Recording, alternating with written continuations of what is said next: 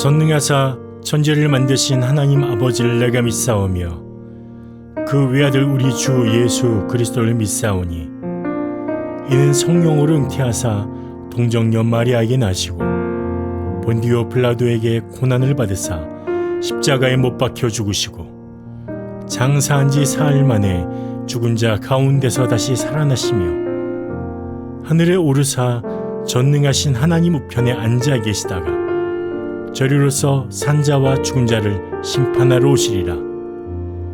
성령을 믿사오며 거룩한 공예와 성도가 서로 교통하는 것과 죄를 사하여 주시는 것과 몸이 다시 사는 것과 영원히 사는 것을 믿사옵나이다.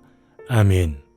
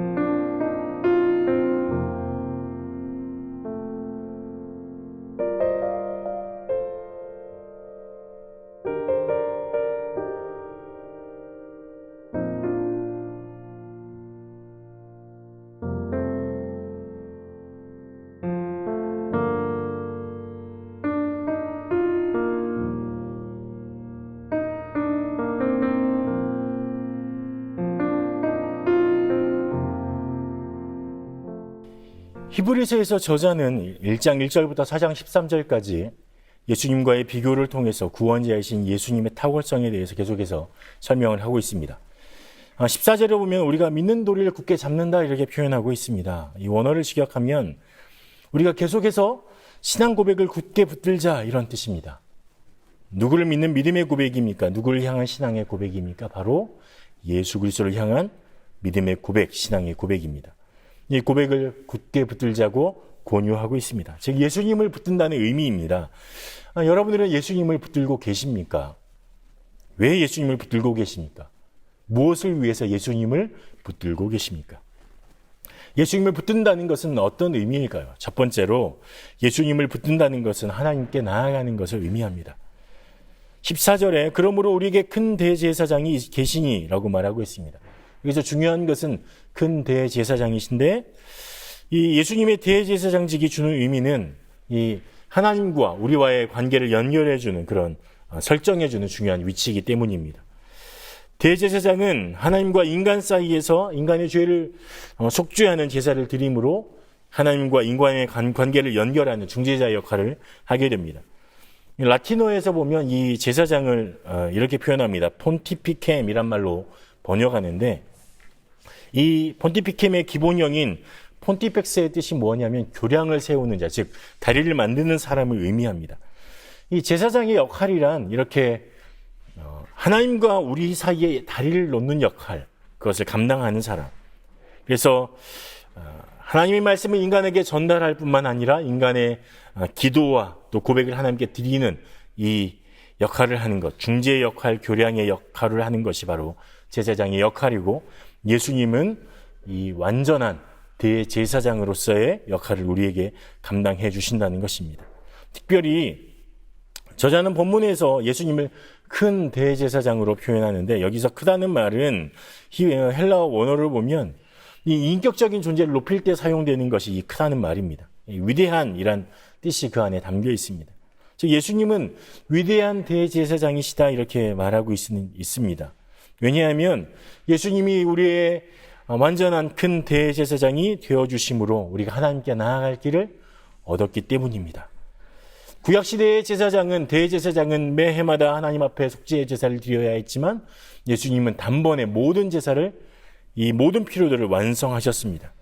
그래서 요한복음 14장 6절에 예수님께서 말씀하십니다. 내가 곧 길이요 진리요 생명이니 나로 말미암지 않고는 아버지께로 올 자가 없느니라. 그렇기 때문에 예수님을 붙든다는 것은 예수님이 길이시고 진리시고 생명이시라는 것을 깨닫고 믿고 대제사장이신 예수님께 나아가는 것입니다. 그래서 예수님을 붙드는 사람, 그 사람은 바로 하나님께 나아가는 사람이 되는 것이고 대제사장이신 예수님을 믿고 따르는 것입니다. 두 번째로 예수님을 붙든다는 것은 내 연약함을 내어드리는 것을 의미합니다. 사람은 자신의 약점을 보이는 것을 싫어합니다. 다른 사람보다 강해야 되고 더 나아야 된다. 그렇지 않더라도 그렇게 보여야 된다. 이런 마음들이 있습니다. 왜냐하면 나의 연약한 모습이 노출되면 나의 존재 가치가 떨어질 것이라고 생각하기 때문입니다. 하지만 대제사장이신 예수님은 오히려 우리의 연약함을 기뻐하십니다. 예수님은 우리의 연약함을 감당하기 위해서 이 땅에 오셨고 그 연약함 때문에 우리에게 오셨습니다. 15절에 보면 우리에게 있는 대제사장은 우리의 연약함을 동정하지 못하실 리가 아니라고 말합니다. 이 연약함이란 말은 헬라어로 보면 약한, 허약한, 연약함 이런 뜻이 있습니다. 이 연약함이라는 것은 어떤 한 일부분이 아니라 신체적인 그리고 영혼, 이 정신적인 연약함 모두 포함합니다. 그러니까 우리의 전 인격에 있는 모든 연약한 부분들에 대한 것들을 또 고통을 표현하는 것입니다. 예수님께서 우리의 연약함을 감당하실 수 있는 이유는 15절 후반부에 기록한 것처럼 모든 일에 우리와 똑같이 시험을 받으신 이이시기 때문입니다. 예수님은 완전한 하나님이심과 동시에 완전한 인간이셨습니다. 그래서 예수님은 우리와 정신적으로도 육체적으로도 동일한 고통을 당하셨습니다. 예수님도 우리와 동일한 과정을 거치셨습니다. 이 시험의 과정을 통과하신 것이죠. 그래서 예수님은 나의 연약함을 비웃지 않습니다. 예수님은 나의 연약함을 외면하지도 않으십니다. 오히려 그 연약함을 가지고 나아오라고 말씀하십니다. 고린도후서 12장 9절에 보면 나에게 이르기를 내 은혜가 내게 족하다. 이는 내 능력이 약한 데서 온전하여 짐이라 말합니다. 그리고 바울은 도리어 크게 기뻐함으로 나의 여러 약한 것들에 대하여 자랑하리니 이는 그리스도의 능력이 내게 머물게 하려 함이라 고백하고 있습니다. 연약해야 하나님을 의지할 수 있습니다. 잘나고 강하고 고민 없고 걱정 없고 괴로움도 없으면 어떻게 하나님께 나아갈 수 있겠습니까? 하나님은 우리의 연약함을 너무 잘 아십니다. 연약해지고 부족하고 연약함을 가지고 있을 때 우리 하나님께 나아갈 수 있고 그 하나님을 우리는 만날 수 있게 되는 것입니다. 다른 사람에게 연약함을 숨길 수 있을지 모릅니다. 하지만 하나님 앞에서는 숨길 수 없습니다. 오히려 이 연약함을 가지고 우리 예수님께 나아간 여러분 되시기를 축복합니다. 하나님은 절대 이 연약함을 외면하지 않으십니다. 세 번째로 예수님을 붙든다는 것은 하나님이 도우시는 은혜를 얻는 것입니다. 16절에 보면 그러므로 우리는 긍휼하심을 받고 때를 따라 돕는 은혜를 얻기 위하여 은혜의 보좌 앞에 담대히 나아갈 것이니라 이렇게 말하고 있습니다. 이 예배하는 시간은 예수님을 붙드는 시간입니다. 이 시간은 하나님의 긍휼하심을 하나님의 은혜를 경험하는 시간입니다. 이 긍휼이란 말은 이 자비라는 뜻입니다. 이 말의 의미는 다른 어떤 사람이 부당하게 고통당하는 것에 대해서 생기는 이 안타까운 감정을 의미합니다. 그러니까 이 고통을 보고 가만히 있지 못하는 상황을 이 긍휼이라는 단어로 표현하고 있습니다. 아버지가 자녀가 당하는 고통과 괴로움을 그냥 볼 수 없는 것처럼 하나님 아버지께서도 내가 당하는 고통, 우리가 당하는 고통을 이 연약함을 불쌍히 여기신다는 것이죠. 이 긍휼하심의 여김은 때를 따라서 하나님의 은혜로 우리에게 공급됩니다. 때를 따라라는 말은 때를 잘 맞춘 적절한 이런 의미입니다. 또 돕는다는 말은 돕기 위해서 달려간다 이런 의미가 있습니다. 이게 마치 위급 환자를 돕기 위해서 달려가는 것 같은 그런 것을 의미합니다. 예수님께서는 우리가 고통당할 때, 어려움 당할 때 위급 환자를 돕기 위해서 달려가는 사람처럼 정말 때를 적절하게 맞춰서 우리를 도와주신다는 것입니다. 그것이 하나님이 우리에게 베푸시는 은혜의 때, 긍휼하심의 때, 때를 따라 돕는 은혜인 것입니다. 우리가 지금 고통 가운데 있지만 하나님의 때를 따라 돕는 은혜는 우리를 향해 달려오고 있습니다. 예수님의 긍휼하심과 예수님의 도우심은 이 하나님의 때에 우리에게 적절하게 임할 것입니다. 지금 고통당하고 어렵더라도 이 긍휼하심을 따라 때를 따라 돕는 은혜가 우리에게 있다는 사실을 잊지 마시고 주님이 우리를 향해서 달려오고 계심을 잊지 마시고 포기하지 마시고 주님의 은혜를 예수님을 붙드는 여러분 되시길 간절히 축복합니다. 기도하겠습니다. 사랑의 하나님, 우리가 예수님을 붙든다는 것은 우리를 연결하시는 대제사장 예수 그리스도를 통해서 하나님 앞에 나아가는 것이며 또 주님의 도우심으로 말미암아 우리가 그 놀라운 은혜를 만나는 것임을 알게 하셨습니다. 우리가 어려운 가운데 있을지라도 우리를 도와주시는 예수님을 붙들게 하시고 예수님을 붙들므로 정말 때를 따라 도우시는 하나님의 은혜를 만날 수 있도록 하나님 도와주시옵소서. 우리에게 기다릴 수 있는 믿음 그리고 예수님을 붙들 수 있는 믿음을 허락하여 주시옵소서. 특별히 가정에서 함께 예배드리는데 가족들을 향하여 정말 예수님을 바라볼 수 있는 믿음을 굳게 가질 수 있도록 서로를 격려할 수 있도록 도와주시옵소서. 예수님 이름으로 기도합니다. 아멘.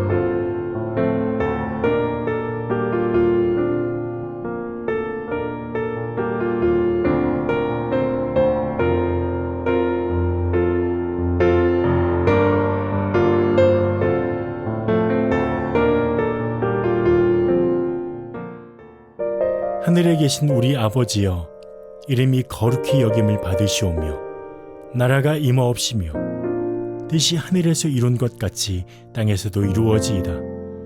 오늘날 우리에게 일용할 양식을 주옵시고 우리가 우리에게 죄 지은 자를 사하여 준 것 같이 우리 죄를 사하여 주옵시고 우리를 시험에 들게 하지 마옵시고 다만 악에서 구하옵소서. 대개 나라와 권세와 영광이 아버지께 영원히 있사옵나이다.